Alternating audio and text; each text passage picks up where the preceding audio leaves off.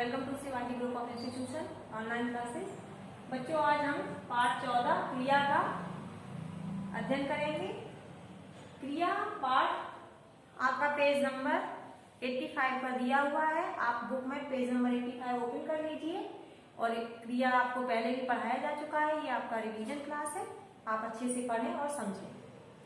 क्रिया बच्चों, क्रिया किसे कहती है? क्रिया है जिन शब्दों से किसी कार्य के होने या किए जाने का पता चलता है, उसे हम क्रिया कहते हैं। जैसे किसान फसल काट रहा है, तो फसल काट रहा है, इसमें हमें किसी कार्य के होने का पता चल रहा है। अर्थात ये किसान फसल काट रहा है, इसमें हमें किसी कार्य के होने का बोध हो रहा है, इसे हम क्रिया कहते हैं। बच्चों, क्रिया के बाद आते हैं हम धातु। धातु क्या है? हिंदी भाषा का विकास संस्कृत से हुआ है। संस्कृत में क्रिया के मूल रूप को धातु कहते हैं। संस्कृत में क्रिया के मूल रूप को धातु कहते हैं। धातु क्या है?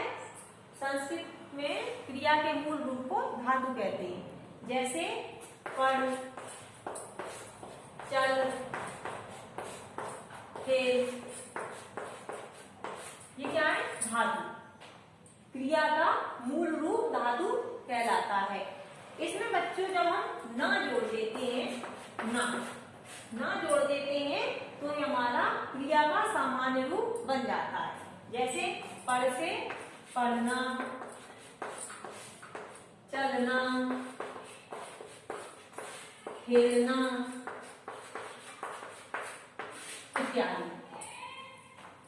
क्रिया किसी कार्य के होने का या करने का बोध होता है, क्रिया कहलाता है। धातु क्रिया का सामान्य, क्रिया का मूल रूप धातु कहलाता है।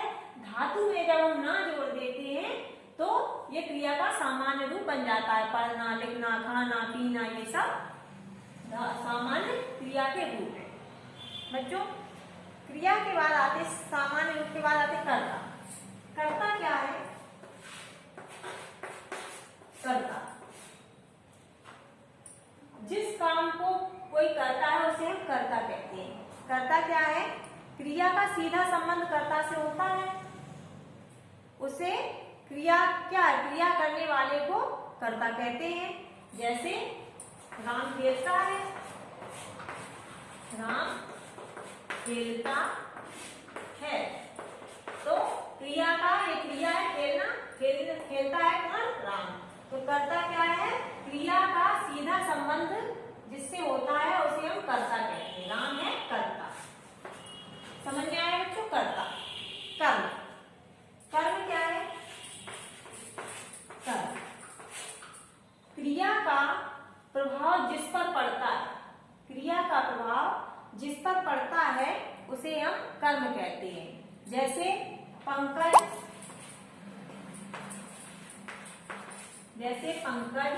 पतंग उड़ा, रहा है। तो कर्म क्या है? क्रिया का प्रभाव जिस पर पड़े, उसे हम कर्म कहते हैं। पंकज हो गया इसमें कर्ता, उड़ा रहा है हो गया क्रिया, और पतंग क्या है? हमारा कर्म। तो हमारा प्रभाव किस पर पड़ रहा है? पतंग पर। अर्थात ये हमारा कर्म है। पतंग हमारा कर्म शब्द है। बच्चों, अब हमने इतना समझा। क्रिया किसी कार्य के करने या होने को हम क्रिया कहते हैं। इसके बाद क्रिया के बाद धातु पर आते हैं। तो धातु क्या है? क्रिया के मूल शब्द को हम धातु कहते हैं। जैसे पढ़, चल, लिख, इसमें जब हम ना जोड़ देते हैं, तो ये क्रिया का सामान्य रूप बन जाता है। पढ़ना, लिखना, चलना सामान्य रूप क्रिया का बन जाता है। कर्ता क्या है बच्चों? राम खेलता है, तो क्रिया का सीधा संबंध जिससे होता है, उसे हम कर्ता कहते हैं। और क्रिया का प्रभाव जिस पर पड़ता है, उसे हम कर्म कहते हैं। क्रिया के भेद। क्रिया के बच्चों दो भेद होते हैं। क्रिया के दो भेद होते हैं।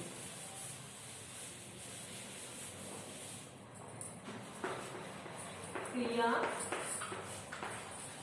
के भेद। क्रिया के दो भेद होते हैं। कौन से होते हैं? एक होता है अकर्मक क्रिया, अकर्मक क्रिया,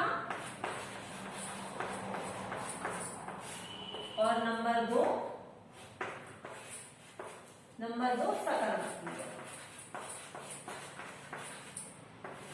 सकर्मक क्रिया। बच्चों अकर्मक नाम से ही स्पष्ट हो रहा है, अकर्मक जिसमें कर्म ना हो। आदेश होता है अभाव, जिसमें कर्म ना हो। जिन क्रियाओं में कर्म नहीं होता उन्हें हम अकर्मक क्रिया कहते हैं। जैसे बालक दौड़ता है, क्या है? जैसे बालक दौड़ता, बालक दौड़ता है, तो इसमें क्या है? कर्म नहीं है, अर्थात ये हमारी अकर्मक क्रिया है।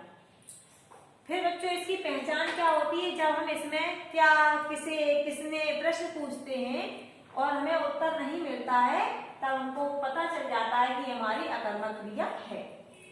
इसके बाद बच्चों आते हैं सकर्मक क्रिया। सकर्मक शब्द से ज्ञात हो रहा है जिसमें कर्म हो, कर्म के सहित। जिन शब्दों से हमें कर्म का पता चलता है उन्हें हम सकर्मक क्रिया कहते हैं।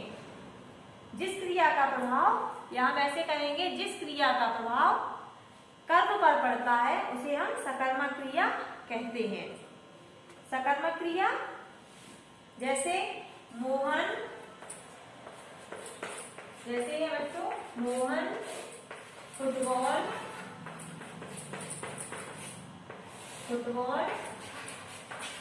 खेलता है, तो इसमें कर्म हमारा क्या है? फुटबॉल। सकर्मक क्रिया में जिसमें कर्म के सहित क्रिया हो वो हमारी सकर्मक क्रिया होती। तो मोहन हो गया कर्ता, खेलना हो गई क्रिया, और फुटबॉल क्या हो गया? कर्म। अकर्मक क्रियाओं में बच्चों कर्म नहीं होता है और सकर्मक क्रियाओं में कर्म होता है। इतना बच्चों आपको समझ में आया होगा।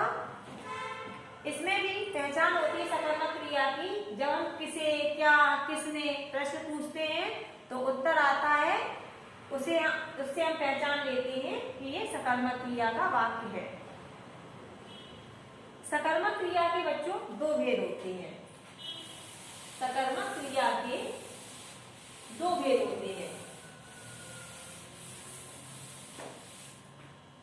सकर्मक क्रिया, सकर्मक क्रिया। सकर्मक क्रिया में नंबर एक कर्मक क्रिया, एक कर्मक क्रिया, और दूसरा द्विकर्मक क्रिया। द्विकर्मक क्रिया। एक कर्मक शब्द से ज्ञात हो रहा है जिन वाक्यों में एक कर्म होता है उन्हें हम एक कर्मक क्रिया कहते हैं। जिस क्रिया के साथ केवल एक ही कर्म का प्रयोग होता है, एक ही कर्म होता है, उसे हम सकर्मक क्रिया, एक कर्मक क्रिया कहते हैं। जैसे नीरज जूस पीता है, जैसे नीरज जूस पीता है, तो इसमें बच्चों क्या है? एक ही कर्म की बात की गई है। नीरज जूस पीता है, एक कर्म की बात की गई है। विकर्मक क्रिया, जिस वाक्य में दो कर्म हो उन्हें हम विकर्मक क्रिया कहते हैं। जिस क्रिया के साथ दो कर्मों का प्रयोग हो उन्हें हम विकर्मक क्रिया कहते हैं। जैसे श्याम, इसमें उदाहरण होगा बच्चों, जैसे श्याम मोहन को दूध देता है, तो इसमें कर्म क्या है बच्चों? मोहन और दूध। तो ये क्या है? जिन शब्दों में, जिन वाक्यों में दो कर्म होते हैं उन्हें हम विकर्मक क्रिया कहते हैं। जिस क्रिया के साथ, क्रिया क्या है इसमें, देना, देता है क्रिया, इसके साथ में क्या है, दो कर्म हमारे, दूध और मोहन, तो हमारी ये विकर्मक क्रिया हो गई। अब बच्चों हम देखते हैं पूरा क्रिया, किसी कार्य के करने या होने का बोध होता है उसे क्रिया कहते हैं। क्रिया के दो भेद होते हैं, एक सकर्मक क्रिया और एक अकर्मक क्रिया। सकर्मक क्रिया में कर्म, क्रिया का प्रभाव कर्म पर पड़ता है जिसमें कर्म होता है। सकर्मक क्रिया में कर्म होता है, यानी कि जिस वाक्यों में कर्म हो, कर्म पर प्रभाव पड़े उसे हम सकर्मक क्रिया कहते हैं। और अकर्मक क्रिया जिसमें कर्म नहीं होता है उसे हम अकर्मक क्रिया कहते हैं। सकर्मक क्रिया के पुनः दो भेद होते हैं, एक कर्मक क्रिया और विकर्मक क्रिया। एक कर्मक क्रिया में एक कर्म की बात होती है, क्रिया के साथ जिसमें एक कर्म प्रयोग किया जाता है उसे हम एक कर्मक क्रिया कहते हैं। और विकर्मक क्रिया में क्रिया के साथ जब दो कर्म की बात करते हैं, दो कर्म का प्रयोग होता है तो हम उसे विकर्मक क्रिया कहते हैं। बच्चों आज के लिए इतना ही। आशा करती हूँ आपको ये क्रिया समझ में आया होगा। आपका दिन मंगलमय हो। धन्यवाद।